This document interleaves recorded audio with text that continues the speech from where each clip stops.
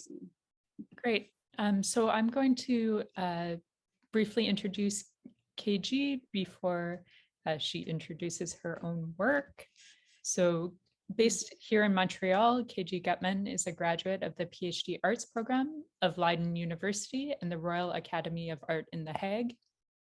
Her work has received Shirk Awards for artistic research that considers territoriality discourse, choreographic practice, and site-situated installation. KG's explorations deeply deploy notions of world making as constituted through dialogue and collaboration, putting time, repetition, and care at the center of her creative works. So I'm going to pass it over to KG to show some images of her work. Thank you. Welcome, KG. Guys. Yeah, thank you so much for the invitation, and thank you all for being here today. It's really fun to see the names of people I haven't seen in a long time. So I hope this will be a lovely conversation. This prompt from Victoria and Stacey has been a wonderful opportunity for me to just think through some older work and some newer ideas in and foreground temporality, foreground slowness. So it's just been yeah, super fruitful. So I want to share some of that reflection with you. Before I'm going to share my screen and show some images because it's fun and gives you a reference to the works. But I think I just want to underline my sort of interdisciplinary position coming to this conversation with art in the Department of Art Education, which my PhD was in artistic research and addressed pedagogy. So it's a newer context, and I really feel at home in the research pedagogical context. Also, I have a background in dance and performance and came to the visual arts a little bit later. So the prompt of slowness, of course, resonates a little bit differently for each kind of frame of work that I'm going to show. And I'll just say very broadly, because definitions ground us. For me, choreography can be defined largely as inscribing movement into space and time. And a choreographer knows, as does a dancer know, that slowness is an intensity, it's a state where qualities unfold differently, that gestures hold different tensions or tones than in fact if they were sped up. And so slowness produces differently, produces difference, different sequences of muscles, efforts, accents, how it bears weight. For me, dance, in my experience, is the study or experience of becoming another body, of inhabiting the forces that flow through the body, of incorporating new qualities never experienced before. Yes, I'm located as a white cis woman body with access to education, and dance allows for a way of articulating multiple experiences of being in the world, and at the same time creating a new world full of unknown or not yet valued goals or gestures. So I think dance is a way for me to think about accountability in the political economy that we are situated, and also to imagine and to move otherwise. So just share my screen, which I practiced. Okay, voila.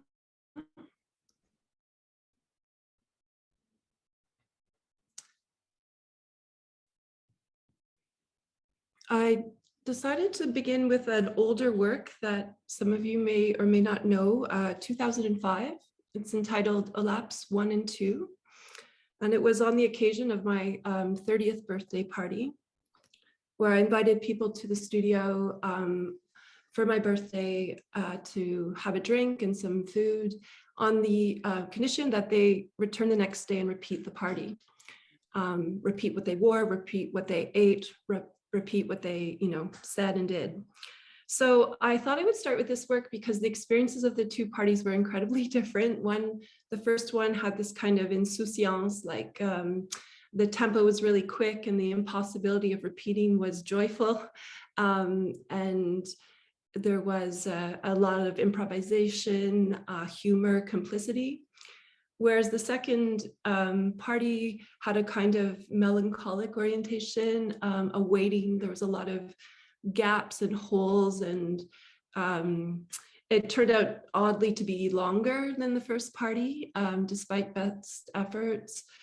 So there was a deeply different experience of time, which was interesting to me. So it oriented my thinking towards how the passage of time is composed of energies and accelerations and expectations, and just thick with thick with different tempos. And definitely there was a reflection on a kind of slowness or heaviness to the second one, that it was constraining in a way, which had a certain weight, but also certain beauty to it. I think that the idea definitely came as a desire to stall time, to suspend time, to become in a state of awareness and receptivity. So yeah, that's what I'll say about that. This second work that I want to share is called "May I accompany you to your destination? Puis-je vous accompagner à votre destination?" So it was a practice I did 2009 to 2012, a 4-year practice in various cities in France and in Canada. And it was a very simple score. It was asking someone on the street if I could accompany them to their destination.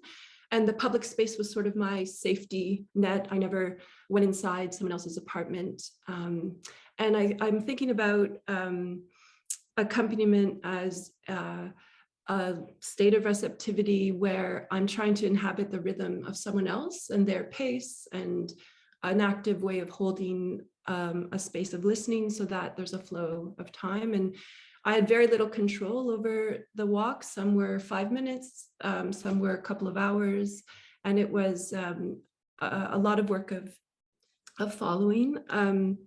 I link it up to this phrase that has become important to me by Yvonne Rainer, conceptualist, choreographer, American choreographer, part of the movement of postmodern dance, when she said, to move or be moved by something rather than oneself. And she's questioning authorial will, authorship. How does a choreographer ask someone to move or be moved by the dancer's movement? So there's a circularity to will and effort, and also to momentum and being available to move. And specifically this notion of something rather than oneself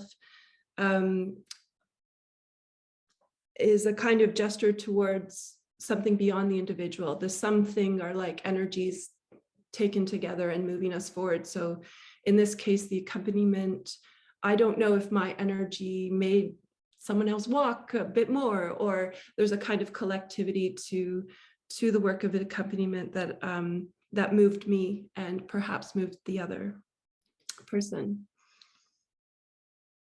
And so this was first made in a residency in 2009 in Nantes. It was like a month of taking these walks. And then at the end, I sort of accumulated these walks and made one final pathway for an audience through the city of Nantes. And the final destination was a gallery hosted by David Roland. And right next to the gallery was a sex shop. And so I got to see the worker at the sex shop hang out, take smoke breaks, and I started to chat with him. And I asked him if I could lead my audience through his store to get to the gallery. And he was okay with it. And I proposed to him a slow motion handshake as a performative gesture, as a kind of speculative practice of what kind of connection could be made in this very temporary I would have loved to have been slower. I don't know if I had the courage, I don't remember, but it was about a 30-second kind of reaching out towards. towards him. And I can remember he was very concentrated.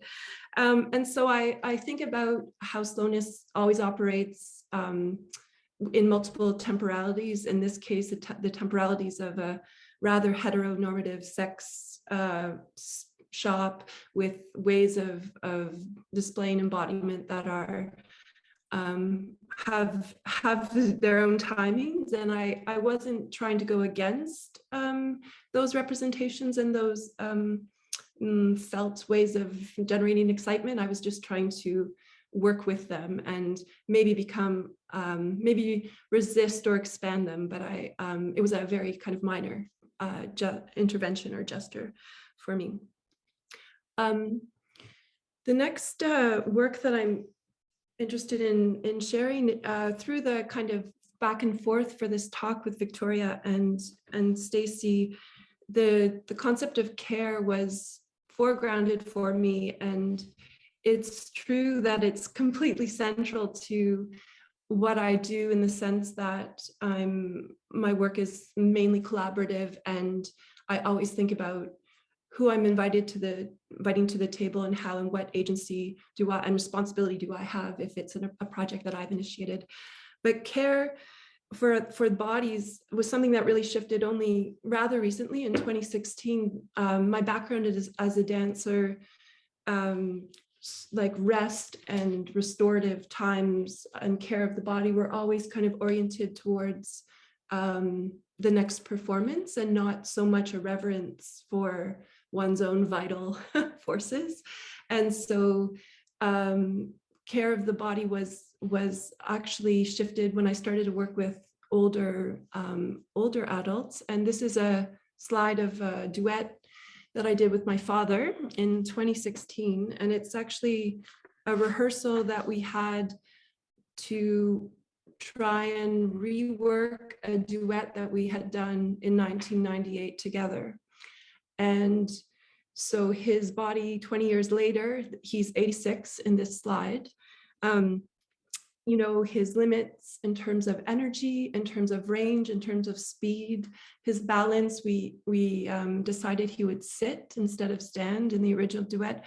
All these choices were made with with an eye to care for his body and for his life force, and honoring what he could give, and created indeed like the power of his performance.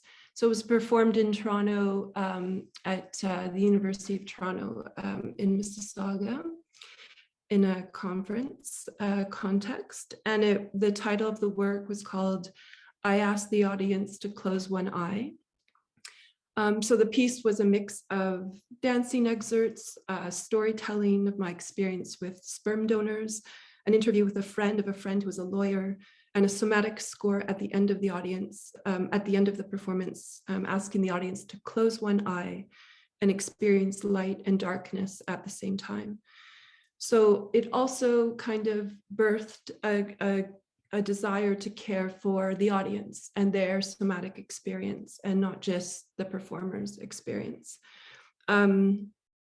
Also, the personal and autobiographical nature of the project, it's one of the values that it comes through the work for me, that I think is deeply feminist, is of course my father didn't do this work to advance his own career. He did this out of care and out of love for me. And care, I have this very loose working definition of care. Many scholars have written about it. I like to think about it as a dépassement de soi, like a going past your habits, going past your habitations, your physical ways of being in the world, and creating other kinds of belonging. And there's different dimensions to care, of course, invisible care of the sustaining life web that we don't acknowledge, that is the more than human level of care, sphere of care that we all sort of extract from. But this was a very, father-daughter dimension of care in this case.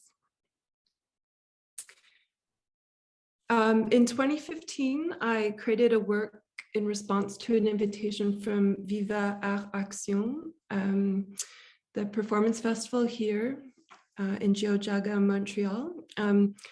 It was entitled Surface Rising. The piece was a silent performance of 1 hour to be experienced in my apartment, one person at a time. So an audience member was greeted at my door, and through a series of little handwritten notes, I invited the guests to come in and look and pause and rest. And I had tasks. There were smells, there were sounds to be invited to experience. And the performance, I performed for 10 days, 2 or 3 performances a day. And each day the performances got longer and longer. I think the silence of one-on-one was an incredibly important and powerful aspect from the work, in terms of it got us out of the cadence of speaking, the productivity of speaking. And it, of course, didn't mean that there wasn't a lot of exchange and a lot of articulation and a lot of social rhythms, political rhythms that were happening, but it made it otherworldly as well. There was more possibility. Also silence and breath, which I kind of held and encouraged for my guest, is a way to connect to the materiality of the apartment, the animals that were in the apartment, the plants that were in the apartment. So it for me, was a way into different temporalities and different durations that were already whizzing around in the domestic space.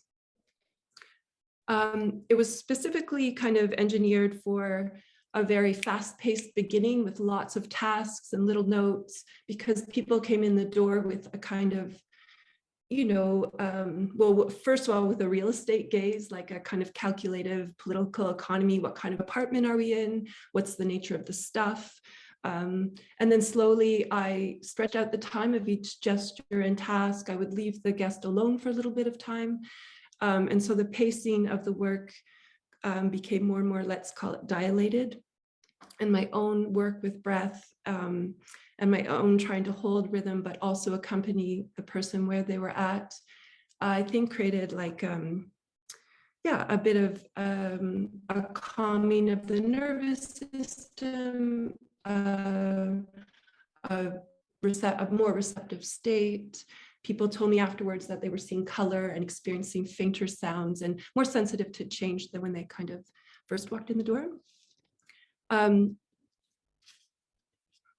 I'm drawing from Nita Little Nelson's work, among others, who work with how to invent attention through mind and body practices, through somatic practices. And one of the things she says about her work in contact improvisation, which is a form of dance that is always partnered, always an exchange of weight and touch, is she co-founded this form, among others, with Steve Paxton, and I think in the 70s, if I'm not mistaken. She calls her technique a field of attention. So a field of possibilities, a soft focus, which is a way of being in the body, ready to move in any which way. It's a way of holding possibility in the body, a way of feeling greater possibility. And I think for me, with this context of the talk, it definitely connects with slowness. Slowness as a way to hold possibility in the body and be ready to move in any which way, was one of the potential values, perhaps, of slowness for me.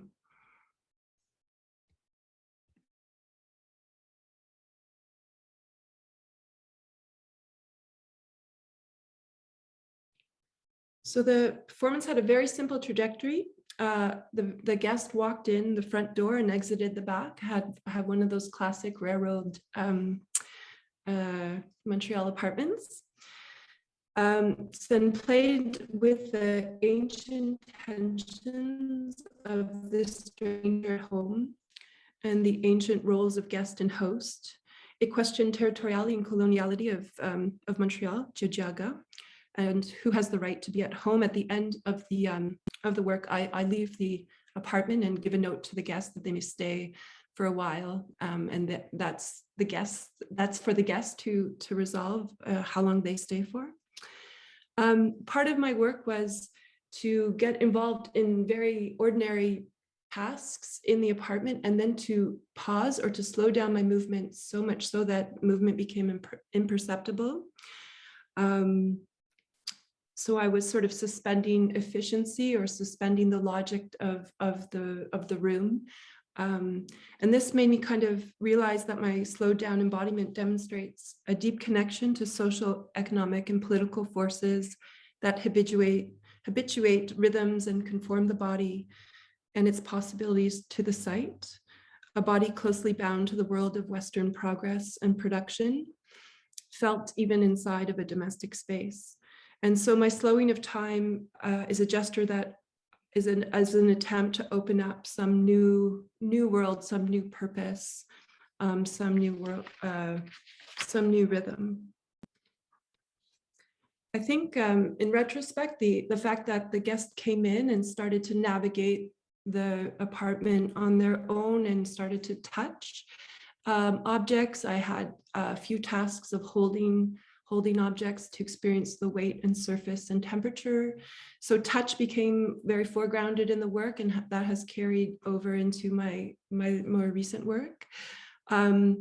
Touching a sense perception that may not directly and immediately produce a clear representation produces a connective sensation that is difficult to seize or to measure. Touch involves engaging with the unknowability of what one is touching, an uncertain quality of what is being exchanged. And so touch for me has become and was a bit actively, critiquing the objectifying potential of vision, or the kind of instantaneous qualities that vision can produce. So with this, just a reflection now from the point, like this work is 6 or 7 years old, that I think the notion of reception and encouraging the guest to access a slower tempo and schematizing their experience so that their nervous system becomes relaxed. I think it does connect with my attempts to understand territoriality in performance and the feeling and questioning of where we are when we do performance. And so what I mean by that is clearly the land upon which this apartment sits is non-ceded. And so what does that mean experientially to be on some kind of land that one doesn't have an official right to belong to, but by gestures of care could contribute a meaningful way of belonging. Not that this is resolved at all in my mind, but I've been, or in the work, but I really very much like this notion from Dr. Angel Kyoto Williams, a Zen priestess and social justice activist and writer, who says you have to feel before you become accountable. And that is, a core part of social justice work, is to open somatically the body to feel. So I can say more about my thinking around hospitality in this work later if there are questions, but I think the somatic exercise that I didn't know was so important because I didn't give it the value I give it now. In my work, my PhD context was kind of to encourage me to think theoretically about these roles as opposed to somatically. So it's kind of a reflection that comes a bit later. And so the last work I'm gonna share jumps ahead a few years. Just gonna take a sip of water. I returned to Toronto, got invited by curator Kim Simon at Gallery TPW to make a performance exhibition to explore the work of visiting, and specifically of visiting a single image from another artist's work. So the work was to decenter the notion of an image itself as the thing that makes meaning, and to choreograph a way of looking at the image. It was also to foreground relationships. Most of my work, I started the research of this work when my child was a couple months old, and I just took her with me wherever I went. And I passed a lot of time talking to other artists about their work. And I just loved that decentering, that working on my own receptivity of other people's work. And it was, the invitation wasn't clear what I wanted at first from each artist. And so it was a work that I had the privilege of working about a year in preparation, because I had maternity leave and I was able to just talk and go on these meandering conversations with and studio visits with other artists. And I said at the time, and I still think it, I just don't make enough time to visit other artists as an artist. I'm not a curator, even though this work has a curatorial element to it. So what I wanted to put attention to in relation to other artists' work was the process of looking. So the context of TPW was fabulous because it's a photo gallery. It's an institution that has dealt with the contemporary practice of photography. And so it already has ways of looking at images kind of inscribed in the space. And at first, the white cube very much intimidated me because I was used to site-situated works, but I found a way to understand that it was a very specific place. It wasn't at all neutral. So the way that these are the contributors to the exhibition, and these are the performers who were with me every day at the gallery. It was an exhibition that had really wonderful conditions for us to be there.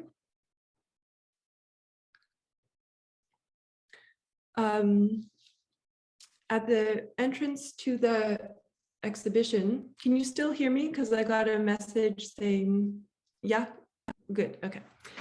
At the entrance to the exhibition, there was some prompts for the visitor to think about looking as a process. So there was eyes closed, breath, looking through a kind of transparent silk scarf. There was just it was very kind of loose and gentle ways of connecting and maybe relaxing the body as a proposition, so that the pace of of gallery visitors was again slowed down and mediated a little bit. There was one extra soft chair. We had the budget for one. I would have liked 10. So the work, I'm going to just briefly detail two of the installations that I built for two of the artists. I won't go through all of the artists involved. This is a visit to the work of Jessica Karuhanga called Ground and Cover Me, but she did a performance she did in 2017 at OCAD, University in Toronto. Karuhanga wore headphones, sweats, and sneakers, and she moved along a hallway with windows that overlooked the Grange, an 18th century British colonial architecture in Toronto. And she moved with various rhythms in limbs, torso, neck. She never faced the audience. The audience was at the end of the corridor, and she moved very slowly across this corridor from one end to the other. And in discussion with her, she explained how her slow, subtle movements were a way to trouble quick ways of identifying her, of demanding who she was from the art world that she was feeling at the time about her Black female identity. And she wanted at once to embrace this demand and to trouble it. So for my visit, I crafted a cardboard eyepiece, a very simple optical device that you look through one hole and there's a mirror that deviates your view 90 degrees. And actually it's a very subtle thing, but it has a destabilizing effect on one's balance. And so as performers, we would accompany the guest on a long walk down the corridor of the gallery with this device. Some guests needed more support than others. Some were completely autonomous. I selected a series of stills from the video that reflect Kautohanga's state of listening to her internal sensations and yet her withholding her own narrative from viewers. Kautohanga's concentrated slowness and suppleness provokes questions of value, of perception, of orientation, and a resistance to calculating the value of a gesture. So as I said, the visitors were asked to navigate this eyepiece, and then I showed, along with the performers, stills of the work of the solo in various proximities and angles through the eyepiece. And so also to foreground for me that the work is only represented with a distance articulated. I can never be in the shoes of this artist, but yet I wanted to articulate a space of uplifting this work and maybe connecting with the slowness, not to reenact it, but to build a relationship to how she troubles the performance of the self.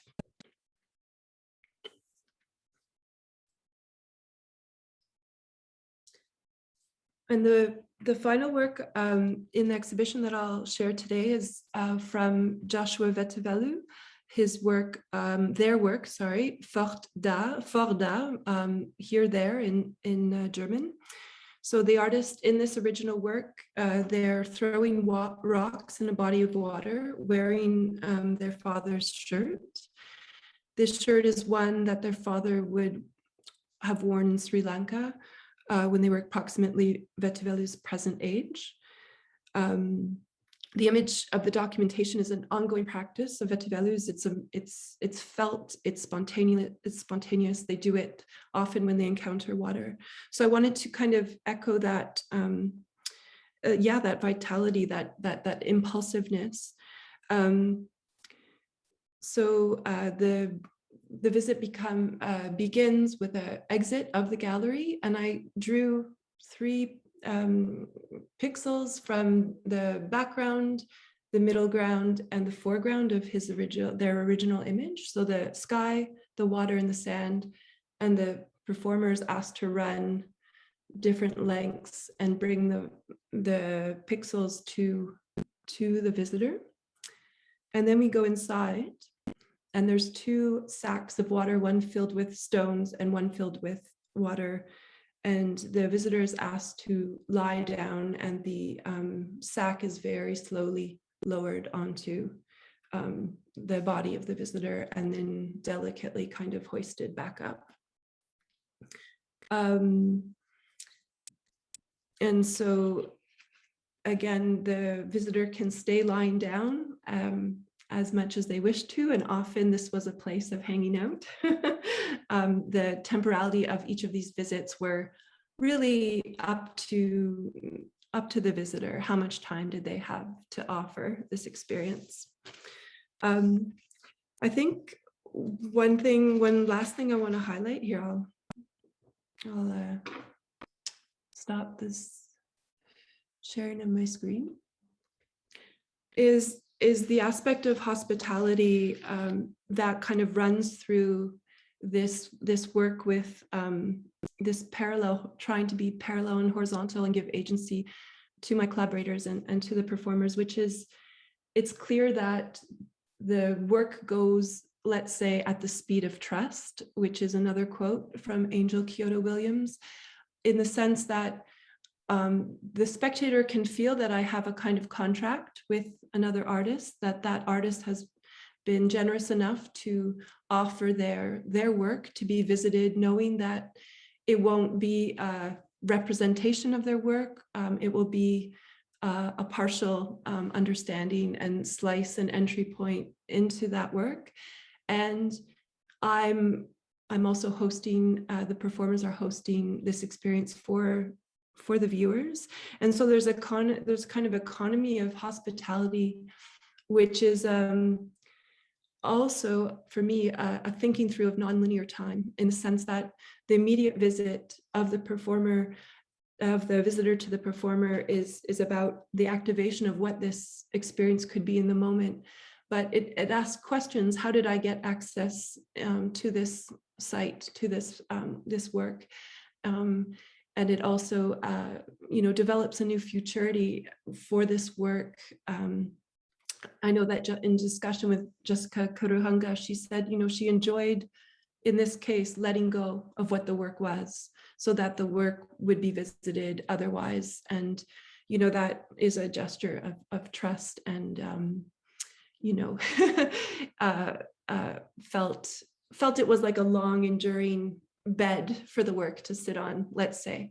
So I feel like when I think about hospitality, I do kind of think of it as many temporalities that are going on at once, some more urgent, some more slowly. And I think also the work, I think I actually would like to conclude there. I've things to say about hospitality and difference, but it doesn't so much connect to slowness and embodiment. So I think that's what I would like to share today. I'd love to have a conversation about it. Thank you, KG. It sounds like a conversation about hospitality too, as an extension of this, could be a good idea at some point.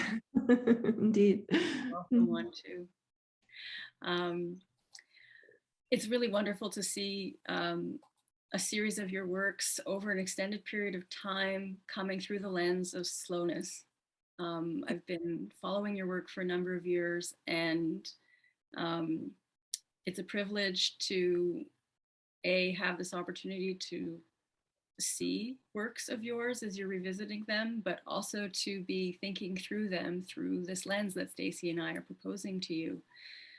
And so we had a whole bunch of questions that we wanted to ask, and clearly we're not going to necessarily talk about all of the ins and outs of these connections, but you've really beautifully, and I think very clearly, articulated already how it is that these particular facets of your making have been articulated through a process of the way slowness comes through your work within these particular pieces that you shared with us.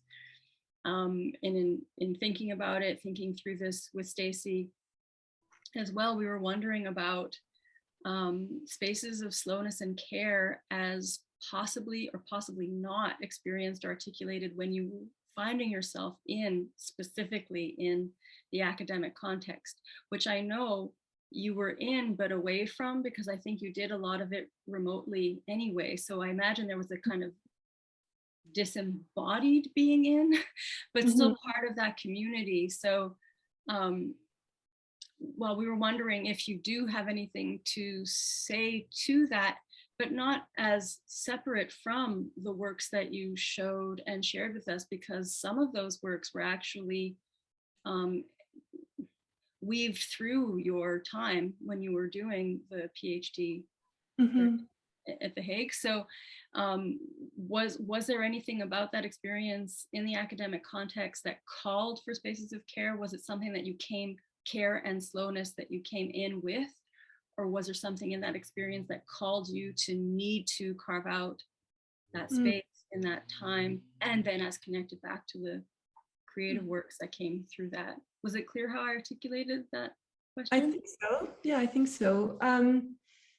I could just say, kind of generally, I'm interested in relationships, and I think they're just so core to learning. So I think this idea of care is also being available to connect with others and offering. So I'm a close observer of others' work, and so just in that dimension, I think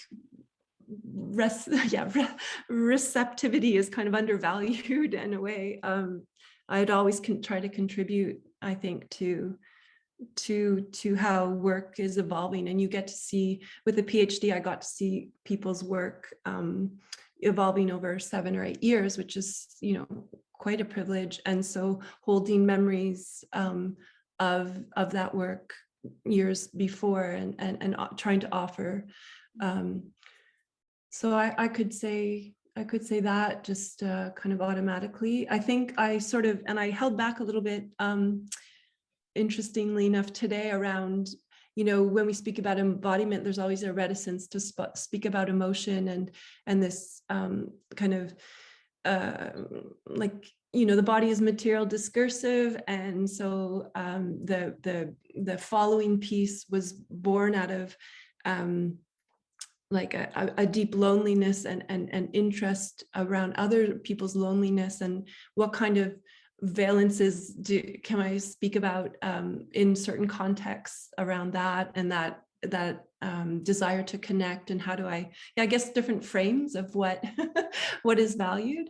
But I think care, I love that you guys foregrounded care for me once again, because I think I do have such a analytical impulse around around concepts, around political economy, around naming, like, for instance, I can easily talk about hospitality because it talks about the capacity to welcome difference, to position oneself politically and socially. But then when I'm in an artistic research program, and I think about somatic practice, how to translate that for others who aren't in those practices, I think care got left behind a little bit as a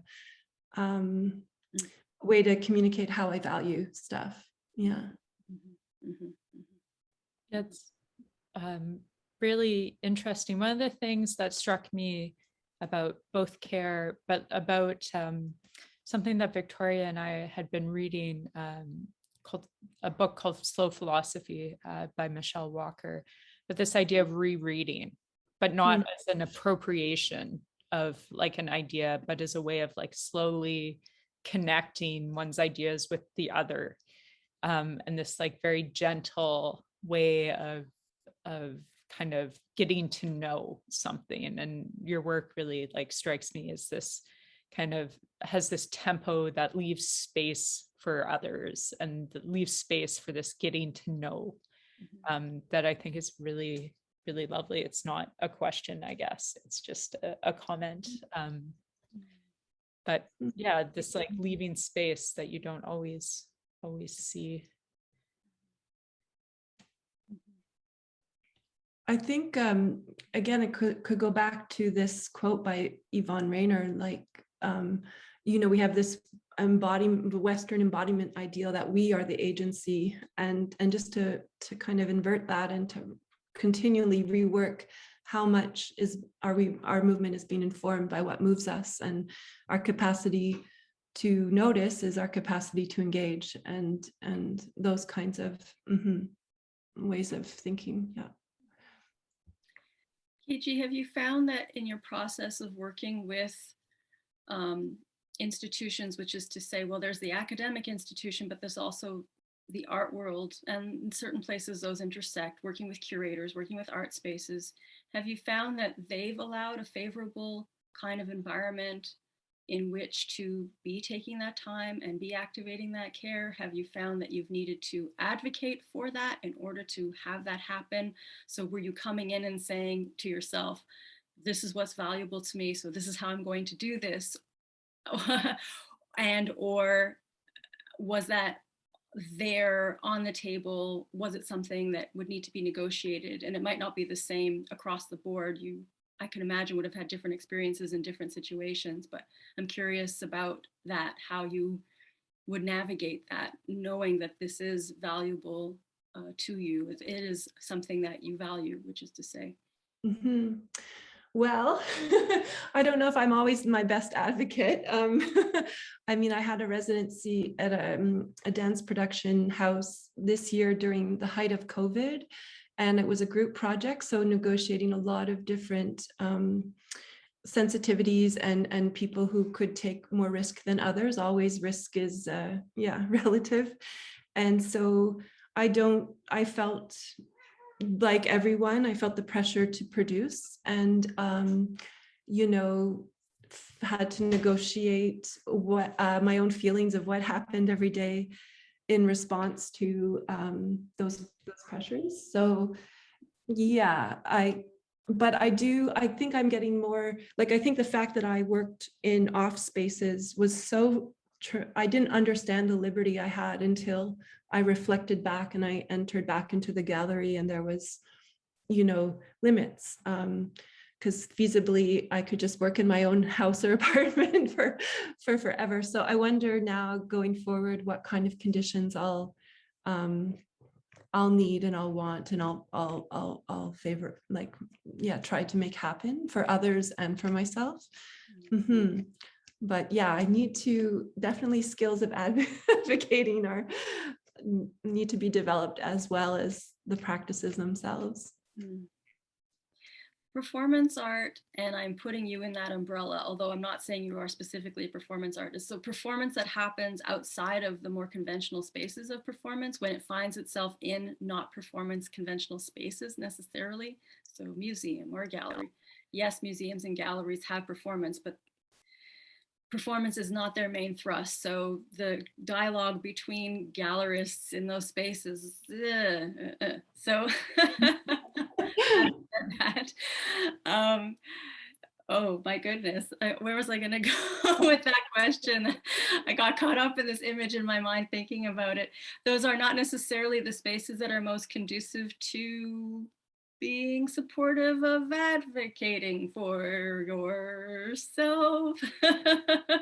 So that's a challenging space to be in if and when you find yourself, as I know you have, and most likely you will eventually, to be setting those parameters. It's another modality, I want to say, in my experience of performance and the way it's been articulated through, my history of, yeah, it almost feels like there's a dissonance coming into the museum space, and that is a tricky environment to be.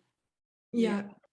And there's a whole infrastructure of care and insurance, and that the dance world has implemented through lots of advocacy and rights, and yet I think, in my case for visiting hours, we found a good technique, which was a very light touch. We would propose to the visitor coming in who expected to be autonomous and look at images, that we proposed like a 5-minute visit for one artist, and then so often the case was the curiosity built, and then the person did like the whole suite of.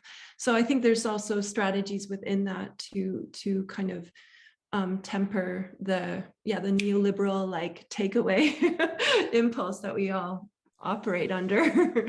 Yeah. Was sort of what I was going to say, that like this idea of using spaces that maybe don't necessarily, it's not the thing that they necessarily do, also open space to try something unusual. If you're already doing something unusual, why not make it even more unusual, and engage people in a different way in that space. Right.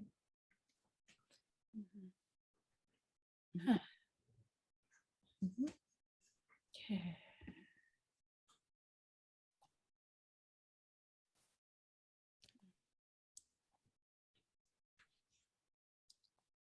Oh, I think that actually brings a really good question that we had, and perhaps the only one that we haven't already kind of talked about a little bit.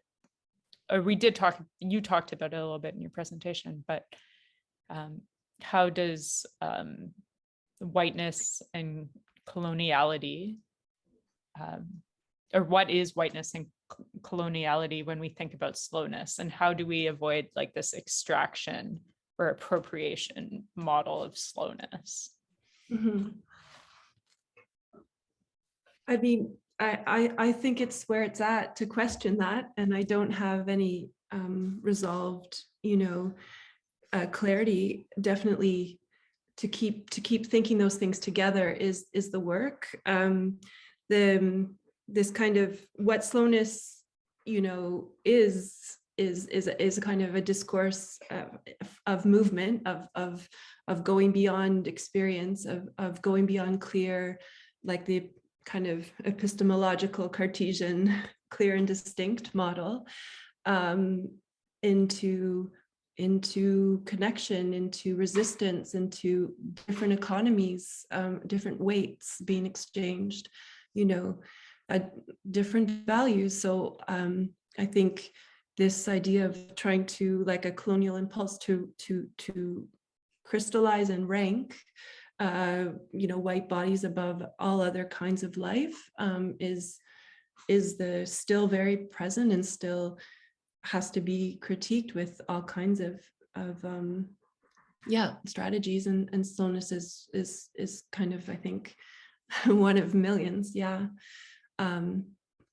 Definitely would love to hear others think through that with me. It's part of the work.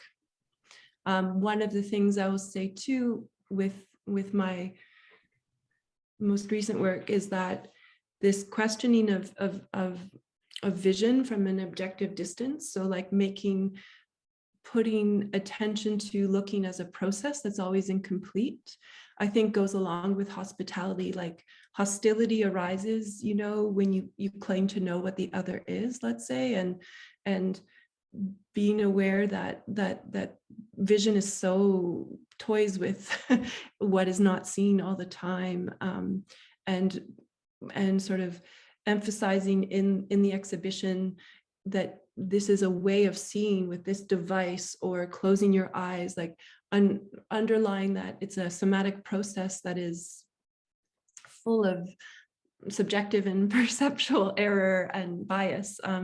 I think is maybe, what if touch was foregrounded as for instance a way of knowing and a way of debunking hierarchies, just to invent other ways of knowing, can contribute to that.